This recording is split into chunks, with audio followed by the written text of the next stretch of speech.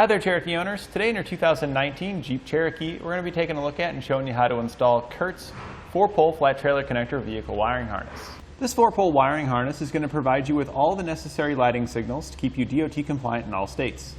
This includes your left turn signal, right turn signal, tail lamps, and brake lamps. One of the things that I really like about this harness is the included module.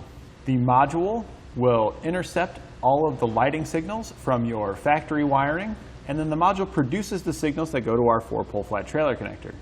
What's nice about this is if there's any faults on your trailer wiring, the module can shut down that circuit to prevent any damage from occurring. In the event the module is unable to shut the circuit down in time, our module has its own dedicated fuse. The fuse will open and prevent any damage from occurring on our vehicle's wiring. We simply need to just repair our trailer and then replace the fuse. Now you're probably wondering, do I even need wiring on my Cherokee? And that just depends on what you're going to be using it for. If you're just going to be putting a bike rack on the back with a couple of bikes, you probably don't need it. But if you're going to have a cargo carrier on the back fully loaded up where it's going to obstruct your tail lights, there are lighting kits available for your cargo carrier to ensure that everybody behind you sees your signals so they know your intentions when going down the road. Additionally, if you're going to be hauling a trailer behind you, you have to have trailer wiring to operate the lights on the back of your trailer. On the end of our 4-pole harness here, we have a dust cap. The dust cap will keep out any dirt, debris, and moisture, ensuring a long-lasting connection on our 4-pole connector. Additionally, you can feed your dust cap through your safety chain loops on your hitch when you're not using it, and this will hold it up out of the way, ensuring it doesn't get damaged. It's a pretty straightforward and simple installation. There's no cutting or splicing required to any of your vehicle's wiring. It simply plugs in line on both your driver and passenger side taillights, and then you run a power and ground wire up to your battery. Now that we've gone over some of the features, let's go over the installation together so you can have the confidence to do it at home. We'll begin our installation at the back of the vehicle by removing both the driver and passenger side taillight assemblies. We'll use a T30 Torx socket to remove both the bolts holding the taillight assembly in. We can then pull our taillight assembly outward and towards the rear to get it released, and we'll disconnect the electrical connector located on the back. There's a red locking tab that you first have to pry out, then you can press in on the release tab and disconnect it. We're going to set this aside and remove the other side in the exact same way. We'll now need to fish wire our wiring from the bottom of our fender here up behind our taillight assembly. To help us do that, we're going to be using a fish wire. We're using airline tube as our fish wire, but anything will work that is flexible but rigid enough to allow you to feed it down. A coat hanger works really well. Then we can reach up underneath and grab our fish wire. We can now use some electrical tape to tape our wiring to the fish wire to help us pull it back up. We're going to be fishing up the connectors that have the brown, yellow, and red wires going to them. And this is going up on our driver's side.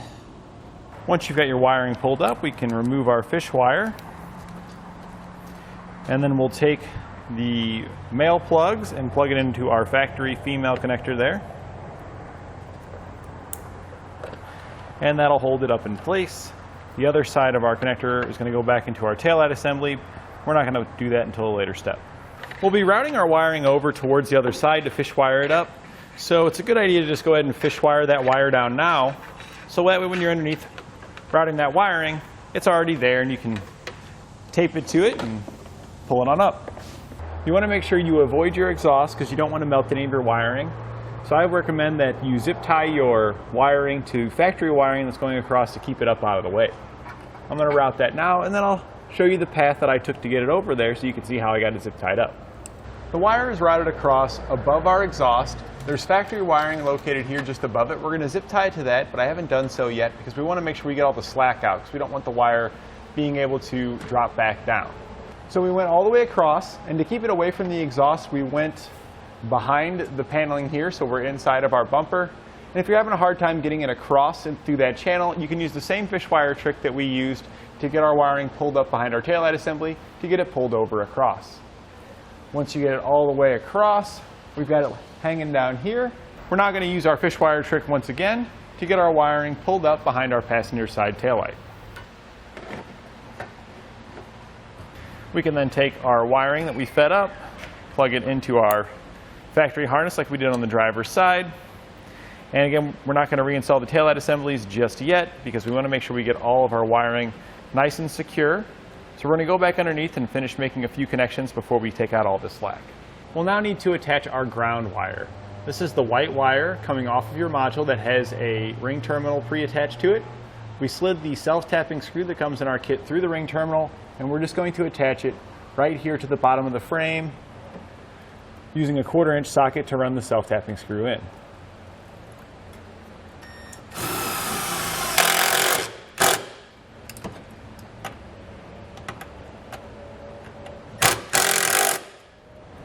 We'll now start connecting our power wire.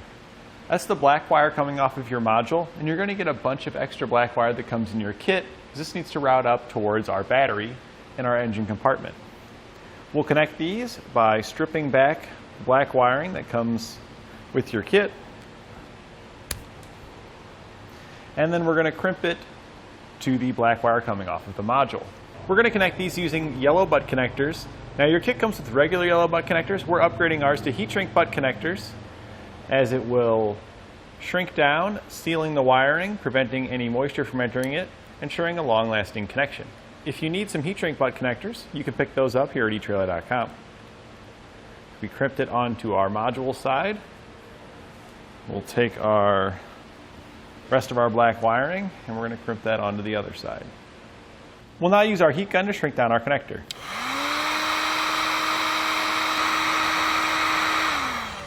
We can now mount our module. Take the double-sided tape that comes in your kit and peel off the adhesive backing. Attach it to the back of your module. Then you can pull off the other side's adhesive backing. And we're going to stick it up so that it angles like this. We want our wiring coming down out the bottom of it. And you want to put it on a nice flat surface. We're going to be using our hitch, and we're just going to stick it right to the side of the hitch. Now that we've got our module in place, we can route our black wire up to our engine compartment. When routing this wiring, you want to make sure you avoid anything excessively hot, such as your exhaust, and any moving components, such as your steering and suspension. I'm going to route this wire now, and then I'll show you the path to get it there. This is also a great opportunity to go back and clean up any of the wiring that you had, get the slack out of it, make sure the wiring ran across isn't going to touch our exhaust here at the back. When tidying up our 4-pole bracket, we went ahead and routed it across the top of our hitch, and we just secured it here to our safety chain loop with the included dust cap. We put some wiring loom on it to help protect it from the exhaust that's located here, and also to help it blend in with the hitch to make it look nicer. If you need some wiring loom, you can pick some up here at etrailer.com. So now we've got our 4-pole routed to the center of our hitch. We've zip tied it away from our exhaust and kept it nice and neat. We also went back and zip tied up our wiring here to our factory wiring to keep it up away from our exhaust. And our black wire, we then took that towards the front. That came on the side of the hitch. We went above our factory wiring here in our exhaust hanger. We kept it up above our rear suspension, all the way forward above the rear suspension to our fuel tank, where we went behind the undershield. Followed that forward all the way to the front of this undercover. Now if you're having a difficult time getting the wiring routed up from the undercover, there are some 10mm bolts that you can remove on one side so you can peel it down so you can get your hand in there and route it up. Now that we've got it all the way here to the front, we're going to use our fish wire trick once again to pull it up into our engine compartment. We're going to feed our fish wire down next to our brake fluid reservoir. And it's going to go down next to our steering rack down below, where we can grab it. And just like we did at the back, we're going to tape our wire to the fish wire we ran down so we can pull it back up. We've gone ahead and pulled our black wire up with our fish wire. I recommend after you get it pulled up, you zip tie it to some factory wiring so that way it can't fall back down. It's also a good idea after you pull it up to just go back down below and check to make sure that the wire didn't get caught on anything and you do actually have it all the way pulled up. Before we continue with the black wire, we're going to hook up our fuse harness to our battery. Take your fuse harness in your kit, cut it in half, and then strip back each end of the yellow wires.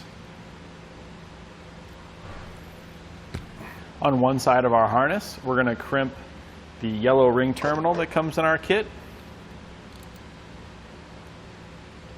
And on the other side, we're going to crimp on a yellow butt connector. And once again, we're upgrading ours to a heat shrink butt connector. We can now come back to our black wire. We're going to trim it down. We don't need as much as we've got run up here, so get rid of that excess. Strip back the black wire. And then we'll take the fuse harness that we just prepared, and we're going to use the other end of our heat shrink butt connector and crimp that to our black wire. Take the yellow ring terminal on your fuse harness and connect it to your battery positive. We'll remove the nut here with a 10mm socket. Slide your ring terminal over the stud and then reinstall the nut. We can then heat shrink down our butt connector. We're now back at our taillight assemblies. You can zip tie up your wiring if it's loose back here, making sure it's not going to fall down. Plug your taillight assemblies back in. Line up the tabs and click it back into place. You can then reinstall both bolts and tighten them back down.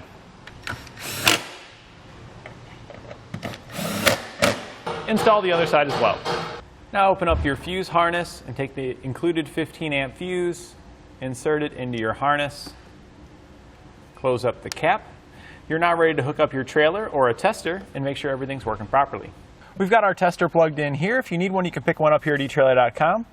You want to make sure you have your left turn signal, right turn signal, tail lamps, and brake lamps. With everything working properly, you're ready to hook up your trailer and hit the road. And that completes our look at Curt's 4-pole flat trailer connector vehicle wiring harness on our 2019 Jeep Cherokee.